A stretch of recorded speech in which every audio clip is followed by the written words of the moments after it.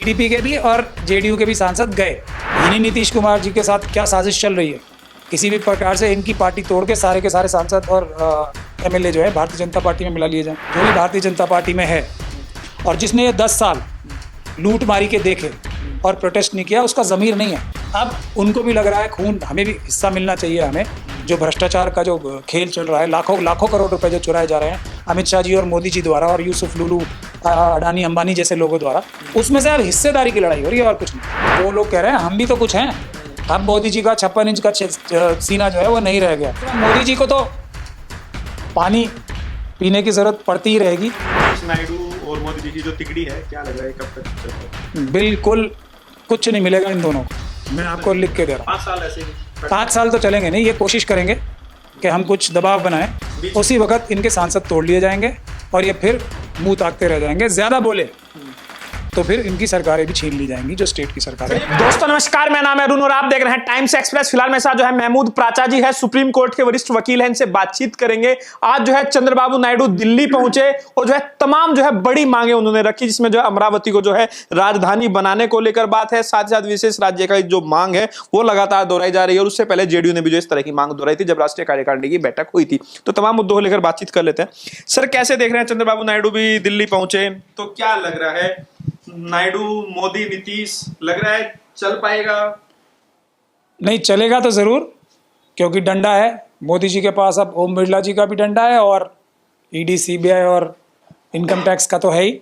Sir तो अपनी demand रख रहे हैं, मांग रख रहे हैं कि भाई हमारी ये डिमांड है, करिए पूरी। डिमांड तो पूरा देश रख रहा है। बेरोजगार रख रहे हैं रोजगार दो, अग्निवीर रख रहे हैं कि हमें पक्की नौकरी दो। डिमांड तो बहुत सारे लोग रख रहे हैं, लेकिन मोदी जी डिमांड या सहूलियत तो अडानी अंबानी यूसुफ लुलू जैसे लोगों की करते हैं ना, और किसी की तो करते नहीं। ज़्यादा से ज़्यादा अमित शाह जी की बात मान लेंगे कोई कि जय शाह को बीसीसीआई का सेक्रेटरी बना दो, बाकी किसी की तो सुनते नहीं है ना वो। तो ऐसे मांगते रहो, मांगने से थोड़ी कुछ मिलता है। लेकिन मैंने आपको पहले भी बता चुका हूँ कि ओम बिरला जी के बनने के बाद ये बात अब तय हो गई है कि किसी की कोई हैसियत और औकात मोदी जी के सामने नहीं रह गई है।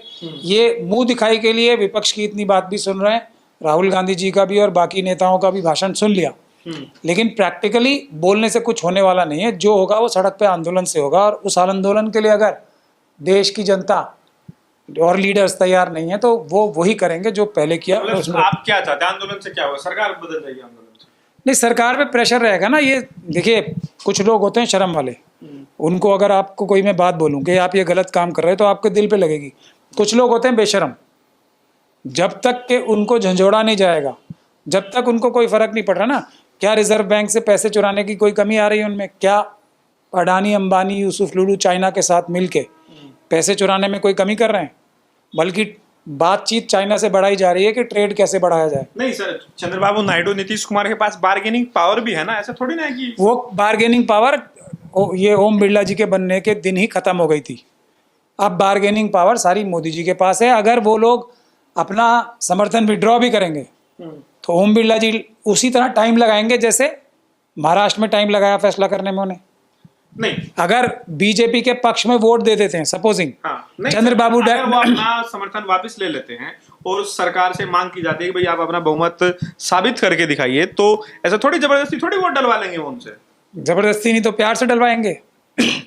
महाराष्ट्र में कैसे वोट डलवाए?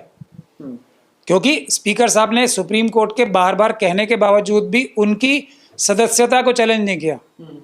अभी अभिषेक मनु सिंघवी जी का इलेक्शन हुआ था, कहाँ पे? ये हिमाचल प्रदेश में। कितने एमएलएज ने वोट खिलाफ दिया उनके, जो खुद कांग्रेस पार्टी के थे? तो उनको क्या फर्क पड़ गया? क्योंकि जो भी है लालच मिला होगा या डर मिला होगा। उसी प्रकार से आप मध्य प्रदेश में देख लीजिए पहली सरकार कैसे गिराई थी, कर्नाटक में देख लीजिए कैसे सरकार गिराई थी। कौन सी ऐसा प्रदेश है जिसमें सरकार ना गिराई हो इसी प्रकार से, और दूसरों के एमपी एमएलए ना तोड़े हो? तो वही काम इनके साथ होगा। अब जाके ये गुहार कहाँ लगाएंगे? मतलब आप ये कह रहे हैं कि जो जेडीयू के जो सांसद है, भले ही वो दिखने में गए जेडीयू के साथ हो, लेकिन वो बीजेपी के साथ गए। टीडीपी के भी और जेडीयू के भी सांसद गए। अब तो ये है, इसीलिए मैं कह रहा हूं कि जन आंदोलन खड़ा करना पड़ेगा। जो फ्रॉड गर्दी करके ये इलेक्शन जीता गया है, उस फ्रॉड को वापस लाना पड़ेगा। जब तक इस सरकार के खिलाफ बड़ा मास आंदोलन नहीं होगा, इसको कोई फर्क नहीं पड़ने वाला। सर संसद में आपने राहुल गांधी की स्पीच सुनी? बिल्कुल सुनी। मोदी जी की स्पीच सुनी? नहीं, उनकी नहीं सुन पाया मैं। पार्टली राहुल जी की सुनी, पार्टली मोदी जी की सुनी, मतलब पूरी नहीं सुन पाया मैं। तो मतलब आपको, क्योंकि कई लोग कह रहे हैं कि भाई मोदी जी को 10 बार पानी पीना पड़ गया, राहुल गांधी ने मोदी को पानी पिला दिया, ये कर दिया, वो कर दिया। राहुल गांधी का भाषण, मतलब लोग कह रहे हैं कि भाई बहुत बढ़िया भाषण था, आप कैसे देख रहे हैं? नहीं, भाषण अच्छा हुआ, और वो बिना कोई ज्यादा तैयारी के एक्सटेम्पोर बोले, ये सबसे अच्छी बात थी उनके भाषण में। और शायद दिल से बोले वो, मतलब कोई उनके पास नोट्स वगैरह नहीं थे, ये एक अच्छी बात थी। दूसरा, मोदी जी को तो पानी पीने की ज़रूरत पड़ती ही रहेगी, क्योंकि आने वाला टाइम जैसे जैसे जो जुल्म और ज़्यादती हो रही है चारों तरफ देखा जाए तो, जैसे मॉब लिंचिंग हो रही है शेड्यूल कास्ट कम्युनिटी की, मॉब लिंचिंग हो रही है मुसलमानों की, जिस प्रकार से हमले हो रहे हैं, जिस प्रकार से संविधान की धज्जियाँ उड़ाई जा रही हैं, तो देखिए पहले भी तो जनता ने ही आके भारतीय जनता पार्टी को रोका है। कोई पॉलिटिकल पार्टी इसका इतना बड़ा रोल नहीं रहा है, बिल्कुल भी नहीं रहा है। ये तो जनता खिलाफ हो गई। उन्होंने हर जो साजिश थी आरएसएस और बीजेपी की, चुनाव को मैनिपुलेट करने की, धांधली करने की, उसको हराया। जो फर्जीवाड़े से वोट मिले थे उसको हराया।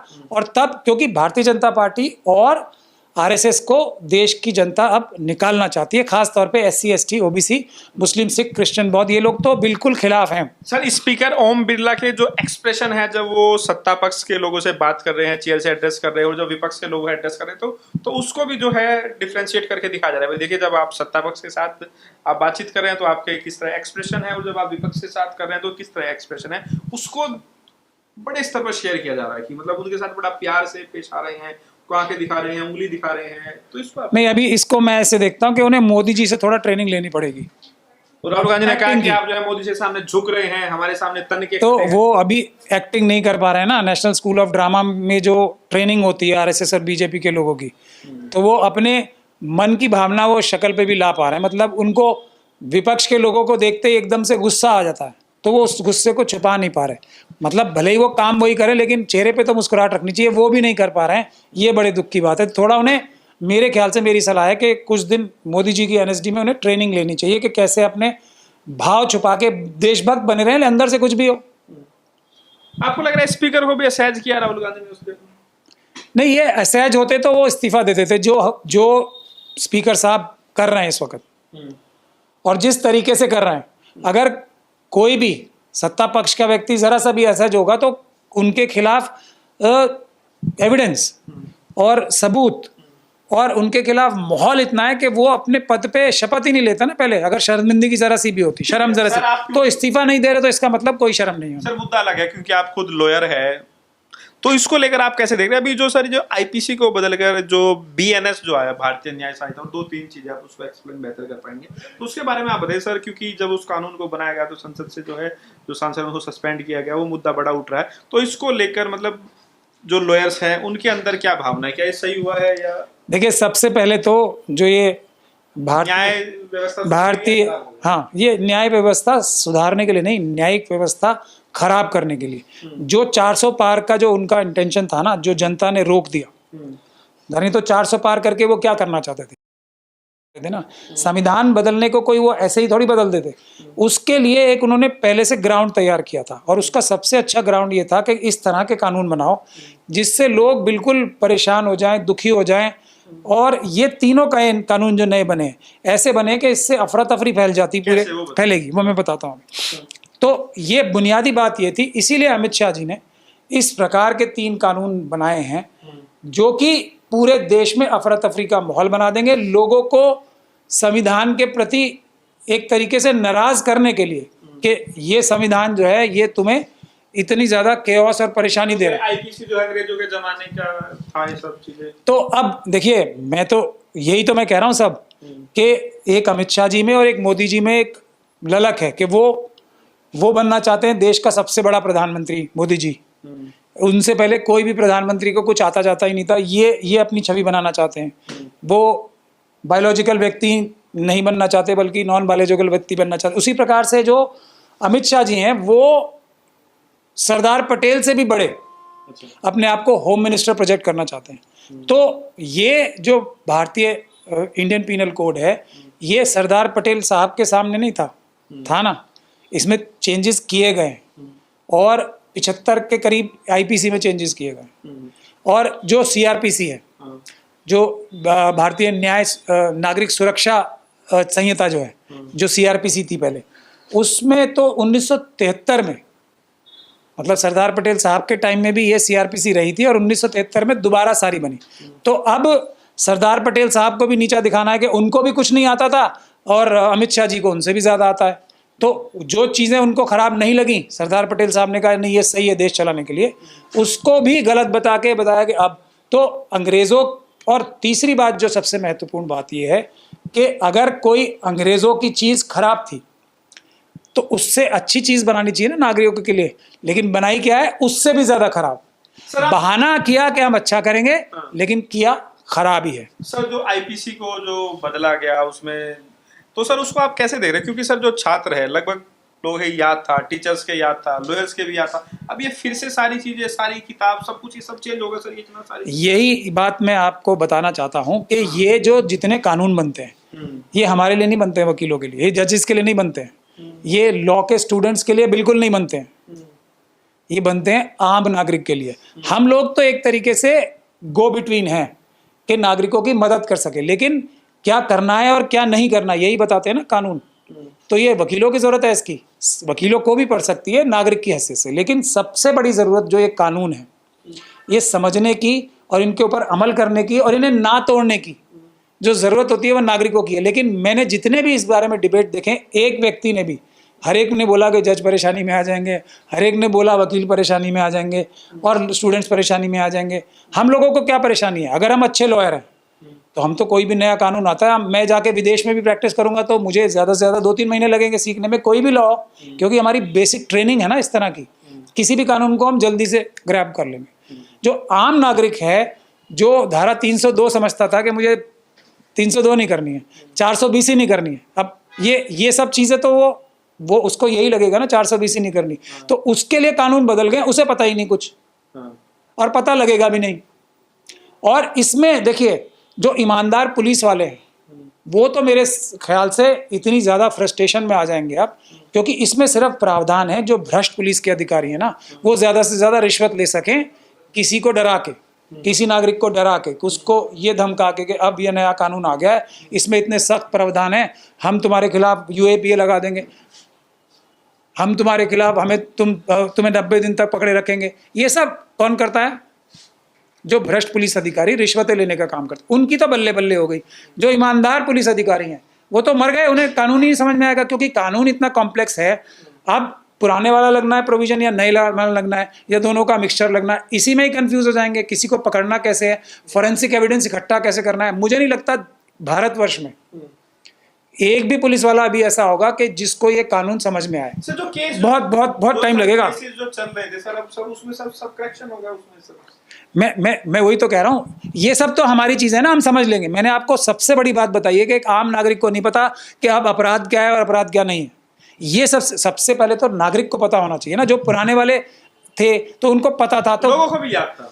लोगों को ही जरूरत है। कानून तो लोगों के लिए बनते हैं, हमारे लिए थोड़ी। हमारा तो ये एक तरीके से प्रोफेशन है, मतलब हम तो इससे अपनी रोजी रोटी कमाते हैं। जज रोजी रोटी कमाते हैं, स्टूडेंट्स पढ़ाई करते हैं ताकि वो रोजी रोटी कमाएं, पुलिस वाले रोजी रोटी कमाते हैं इससे।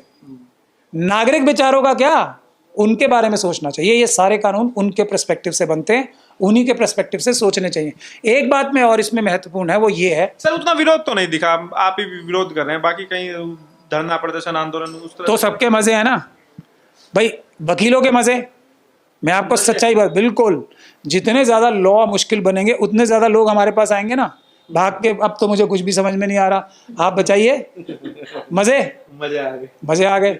अब उसी तरीके से जजेस के भी मजे आ गए, उसी तरीके से पुलिस आपके तो बल्ले बल्ले, ये सबके बल्ले बल्ले। नागरिक मर गया बेचारा, हमें क्या फर्क पड़ रहा है? मैं जेल जाऊंगा, मुझे कानून नहीं पता तो मैं थोड़ी जेल जाऊंगा। आपने कोई अपराध कर दिया, आपको पता ही नहीं था ये अपराध है, ठीक है, अब आपने अपराध कर दिया, आप जेल जाओगे ना। अब मैं कहूँगा भाई ये नया कानून आ गया, फीस तो डबल लगेगी, अब मुझे बहुत पढ़ना पड़ेगा। सच्चाई है कि नहीं है? ये होगा। उसी तरीके से पुलिस वाले डराएंगे, जो भ्रष्ट पुलिस अधिकारी हैं।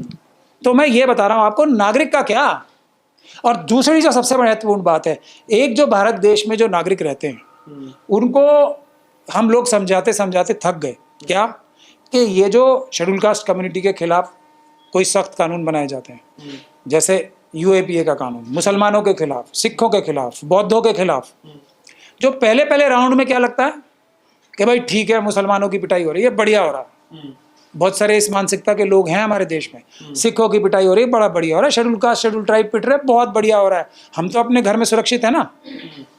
ये सब कानून जो काले और गंदे, जो घिनौने कानून है, नॉट काले, वो सब लागू सबसे पहले किस पे होते हैं? शेड्यूल कास्ट शेड्यूल ट्राइब और मुस्लिम, सिख, क्रिश्चियंस और बौद्धिस्ट लोगों पे। तो सब खुशी ताली बजाते हैं। अब क्या हुआ है कि ये जो नए कानून आए, अब जो नेक्स्ट स्टेज आती है वो सब लोगों का खून चूसा जाएगा। तो यूएपीए की जो धाराएं हैं वो सारी की सारी टेररिज्म की जो धाराएं हैं वो भारतीय ये जो न्याय संहिता है उसमें आ गई हैं। तो ये अब आम नागरिकों के ऊपर भी यूएपीए लगेगा, जो मुसलमानों पे, शेड्यूल कास्ट शेड्यूल ट्राइब पे लगता था, सिखों पे लगता था। तो हो गया ना, वही टेस्ट होता है इन पे, पब्लिक उस वक्त ध्यान नहीं देती, बाकी सारी पब्लिक, और उसके बाद वो सारे के सारे कानून इन पे लागू होते हैं। ये इसका सबसे बड़ा एक एग्जाम्पल है। सर, जिस तरीके देखा जा रहा है, अनुप्रिया पटेल जो यूपी से आती है वो लगातार विरोध कर रही है सरकार के खिलाफ, ठीक है। इधर जो राजस्थान से जो मीणा साहब है उन्होंने इस्तीफा दे दिया है, तो इसको लेकर आप कैसे देख रहे हैं बीजेपी सरकार में?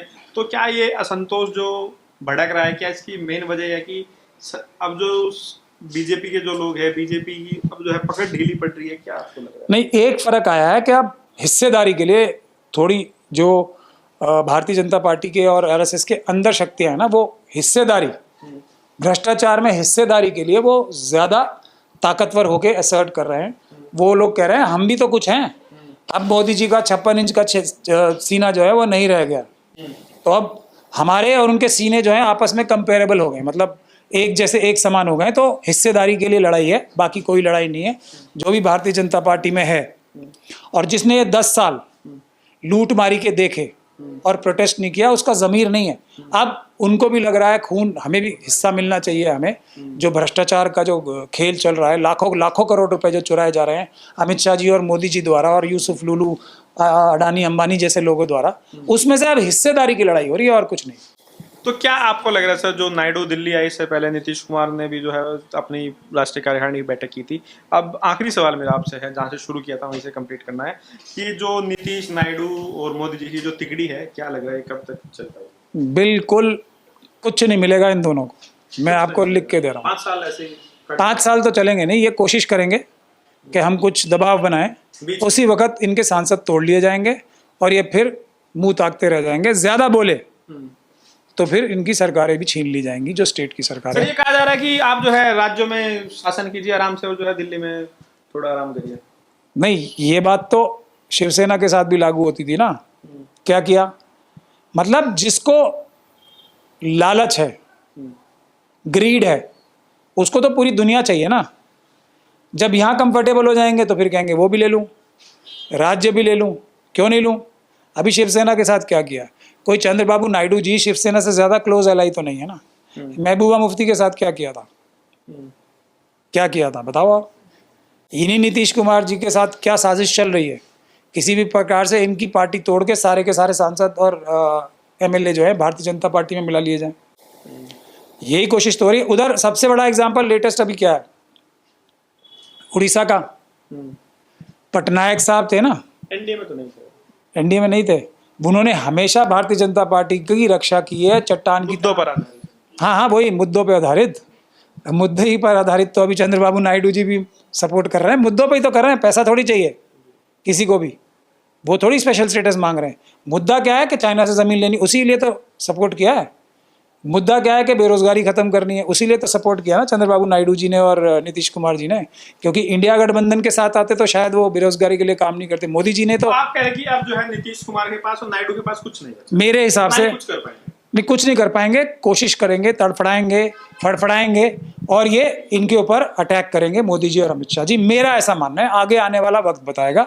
इनको अभी भी समय है, जो थोड़े बहुत सांसद इनके हैं उनको बचा लें और कुछ ना कुछ ऐसा काम कर लें ताकि इनकी इज्जत भी बची रहे। और जो इनका देखिए, नीतीश कुमार जी और चंद्रबाबू नायडू जी कोई ऐसा काम नहीं कर रहे हैं कि वो कुछ अपने राज्यों के लिए जो मांग रहे हैं जो वो कह रहे हैं वो कोई नाजायज चीज़ है, ऐसा मैं बिल्कुल नहीं कह रहा हूँ। बिल्कुल जायज़ बात है, लेकिन मानी नहीं जाएगी, क्योंकि वो चाहते हैं कि वहाँ के लोग परेशान हों और भारतीय जनता पार्टी की तरफ आएँ कि चंद्रबाबू नायडू जी अच्छे आदमी नहीं है, मोदी जी अच्छे आदमी है। ये बेसिक गेम इनका रहता। शुक्रिया।